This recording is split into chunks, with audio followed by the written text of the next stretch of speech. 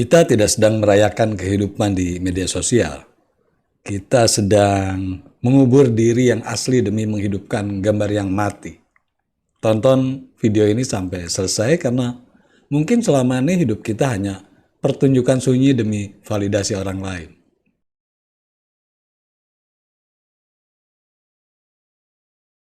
Setiap kali kita menahan nafas untuk mengambil satu sudut foto terbaik, ada bagian dari otentisitas kita yang perlahan-lahan menguap tanpa kita sadari.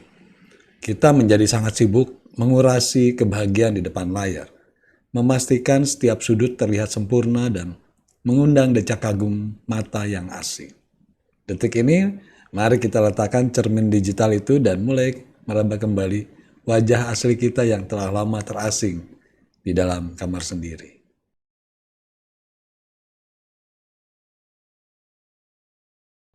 Sentuhan terakhir malam ini selalu jatuh pada bilah notifikasi yang terus memancarkan angka-angka merah yang sangat candu bagi ego.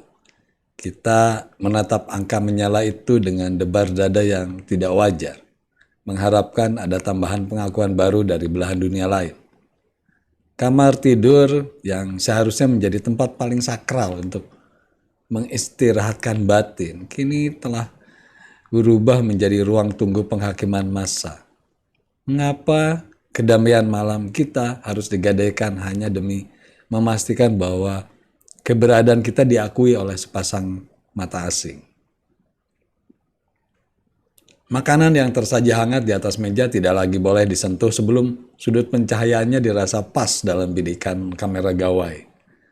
Kita rela membiarkan hidangan itu menjadi dingin dan hambar demi mendapatkan satu lembar gambar estetik yang siap tayang di lini masa. Rasa nikmat yang alami di lidah kini telah bergeser menjadi rasa puas yang semu saat melihat tanda suka mulai berdatangan. Kita nggak lagi memberi makan pada tubuh yang lapar, tapi memberi makan pada ego yang terus dahaga. Kita mengunjungi tempat-tempat indah, bukan lagi untuk merasakan embusan angin atau mendengarkan bisikan daun yang bergesek sunyi di hutan. Langkah kaki kita dituntun oleh peta digital terpopuler yang menyediakan latar belakang foto paling menarik bagi pengikut kita. Tubuh kita bergerak kaku mengikuti arahan sudut pandang kamera, memastikan gak ada satu pun celah kelemahan yang tertangkap oleh lensa pengawas. Kita memenjarakan pengalaman sensorik yang kaya ke dalam kotak persegi berukuran kecil yang sangat sempit dan dangkal. Kita mulai menghafal jam-jam terbaik untuk mengunggah cerita hidup, menyesuaikan ekspresi wajah dengan apa yang sedang digemari oleh tren pasar. Warna emosi kita yang sebenarnya sedang mendung, terpaksa kita poles dengan filter kecerahan yang menipu pandangan mata luar. Kita mengenakan seragam kebahagiaan massal yang telah disediakan oleh template aplikasi. Takut terlihat murung atau tertinggal dari arus utama. Kita menjadi seniman topeng bagi diri sendiri. Meratakan seluruh kerutan luka menjadi senyuman palsu yang hambar. Sistem digital menyodorkan pilihan kaku bahwa manusia menarik adalah manusia yang memiliki estetika visual yang konsisten dan rapi. Kita dipaksa memilih satu tema kepribadian yang paling mudah dijual dan dipahami oleh logika pencarian kata kunci di media sosial. Tidak ada ruang untuk menampilkan sisi manusia kita yang berantakan, membingungkan, kontradiktif, atau sekadar sedang tidak ingin menjadi apa-apa. Kita mengira sedang mengekspresikan kebebasan diri. Padahal kita sedang memotong bagian jiwa agar muat dalam etalase. Kita meninggalkan komentar-komentar pujian di halaman orang lain dengan harapan mereka akan melakukan hal yang sama di halaman kita. ritual saling sanjung ini kita rayakan setiap hari tanpa pernah kita pertanyakan apakah ada ketulusan yang tersisa di sana. Kata-kata indah yang kita ketik terasa sangat mekanis, seperti robot yang sedang menjalankan tugas interaksi demi menaikkan nilai akun. Kita menciptakan lingkaran pertemanan semu yang berdiri di atas fondasi kebutuhan bersama akan validasi luar yang rapuh. Ketika daya baterai habis dan layar hitam pekat kembali, memantulkan wajah kita yang asli tanpa filter apapun. Sunyi yang mendadak hadir terasa begitu mencekam, meruntuhkan seluruh kastil megah pengakuan digital yang baru saja kita bangun susah payah. Kita menatap pantulan mata kita sendiri dengan rasa asing yang mendalam, menyadari bahwa manusia di dalam cermin tidak memiliki teman. Kita merasa kesepian di tengah keramaian. Menyadari jeda pulang ini terasa seperti sebuah keterasingan.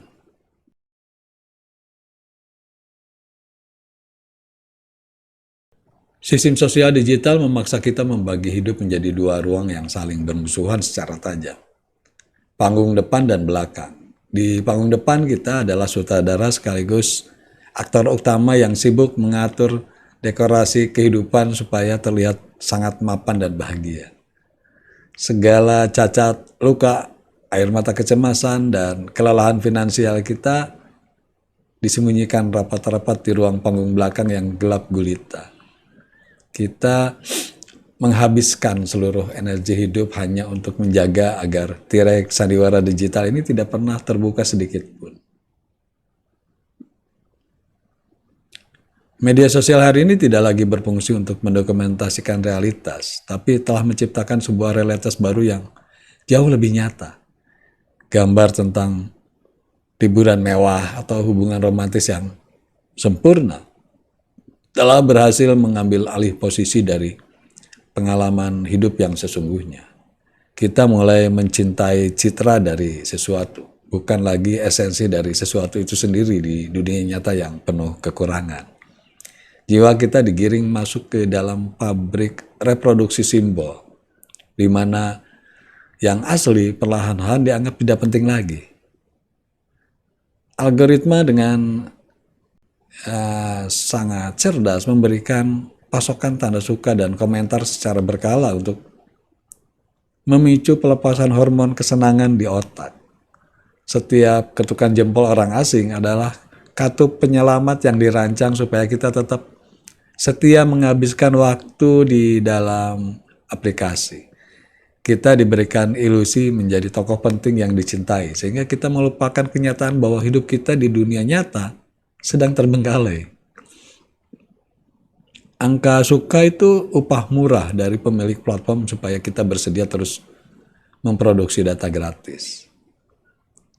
Perusahaan teknologi raksasa secara perlahan telah berhasil memonopoli arti dari apa yang disebut sebagai manusia yang ada dan eksis. Jika kita membagikan momen hidup kita di lini masa, masyarakat mulai menganggap bahwa peristiwa tersebut tidak pernah benar-benar terjadi. Kita yang memilih untuk hidup sunyi tanpa jejak digital perlahan dianggap sebagai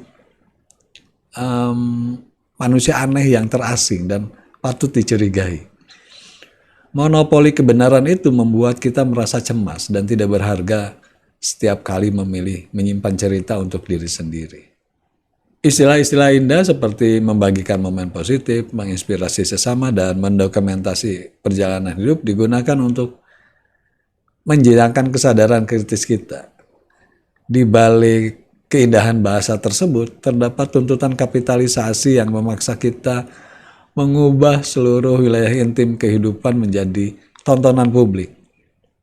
Kita merasa bangga saat dibilang memiliki pengaruh digital yang luas, tanpa sadar bahwa kita telah dengan sukarela menyerahkan privasi untuk dikomodifikasi.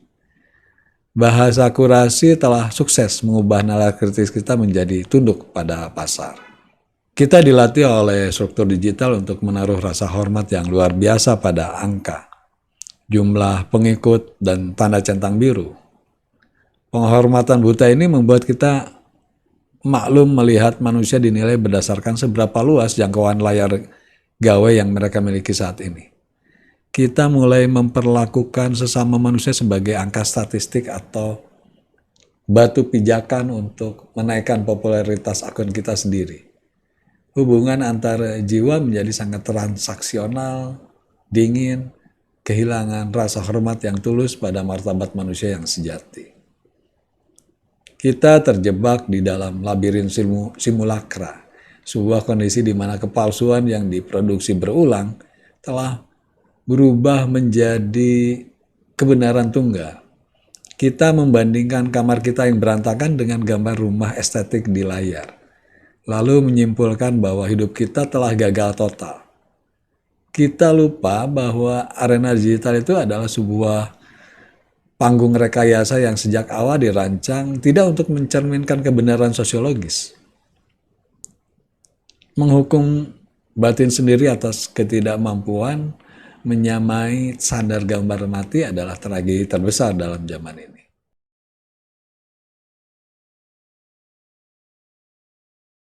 Malam ini kita meletakkan gawai itu dengan layar menghadap ke bawah lantai, membiarkan kegelapan kamar kembali memeluk batin kita. Kita menarik nafas dalam, meraba permukaan kulit wajah kita yang polos tanpa ada tuntutan sudut pandang kamera pengawas. Ada kehangatan tersembunyi yang mendadak mengalir saat kita menyadari bahwa keberadaan kita tidak membutuhkan izin dari jumlah angka suka. Kita kembali menjadi pemilik sah dari eksistensi hidup kita sendiri, utuh tanpa perlu didefinisikan luar. Kita mulai berani menghapus foto-foto kurasi yang selama ini kita pajang hanya untuk memancing pujian dan rasa iri sesama. Kita memilih untuk berhenti membaca kitab suci algoritma yang mendikte bagaimana cara berpakaian, berbicara, dan berbahagia yang diakui secara sosial. Kebenaran hidup kini kita cari pada hal yang tidak bisa ditangkap oleh lensa kamera gawai yang dangkal itu. Di luar ruang rekayasa digital, kita menemukan kembali keindahan dari realitas yang tidak sempurna tapi hidup. Sebuah keberanian baru muncul untuk membiarkan momen-momen paling indah dalam hidup kita yang berlalu begitu saja tanpa perlu diunggah ke dunia maya. Kita merayakan rahasia kecil, menyimpan tangis haru, dan mendekap erat kebahagiaan sejati di dalam ruang kamar kita yang tertutup rapat. Tindakan subversif ini berhasil merobek topeng panggung depan yang selama bertahun-tahun menguras energi kedamaian batin kita. Kita merebut kembali hak untuk menjadi manusia biasa yang berdaulat atas ceritanya sendiri. Kita tidak lagi membiarkan bola mata kita dituntun secara paksa oleh arus notifikasi yang tidak pernah mengenal kata istirahat. Pandangan mata kita kini kembali belajar menatap detail guratan tangan orang tua, warna langit sore yang asli, dan senyuman tulus teman dekat. Waktu hidup kita kini berjalan mengikuti ritme alamiah batin yang tenang, menolak disamakan dengan kecepatan arus informasi dunia luar. Kedaulatan sejati lahir saat kita berani menentukan apa yang layak masuk ke pikiran kita. Kita memandang orang-orang di media sosial bukan lagi sebagai saingan dalam perebutan tahta popularitas atau jumlah pengikut terbanyak di kota. Kita melihat mereka sebagai sesama tahanan validasi yang sedang rindu untuk melepaskan topeng besi yang mencekik leher mereka sendiri. Rasa cemburu sosial berubah menjadi rasa iba yang mendalam, melahirkan keinginan untuk saling membebaskan dari penjara gambar mati ini. Dari kerinduan akan otentisitas yang sama, kita merajut kembali tali persaudaraan manusia yang nyata. Kesadaran kritis ini kini menjelma menjadi palu godam yang menghancurkan seluruh dinding cermin ilusi simulakra yang memenjarakan batin kita selama ini. Kita memahami bahwa kecanduan pengakuan digital bukanlah cacat karakter personal, tapi hasil desain industri teknologi yang eksploitatif. Pemahaman ini menyembuhkan luka batin kita, membebaskan diri dari rasa bersalah karena tidak menjadi sesempurna apa yang diinginkan oleh pasar. Kita merawat diri dengan penuh penerimaan, memulihkan wajah asli yang sempat hilang. Malam ini kita melangkah keluar pintu rumah dengan wajah polos yang berdaulat penuh atas setiap ekspresi emosi yang jujur. Kita berjalan di antara kerumunan orang banyak tanpa ada keinginan untuk mengabadikan diri supaya terlihat menarik di layar gawai. Masa depan gak lagi menakutkan karena kita gak lagi hidup untuk membeli tepuk tangan dari penonton asing yang tidak peduli. Kita telah berjalan di atas tanah merdeka sebagai manusia otentik yang menemukan kedamaian di kamar sendiri.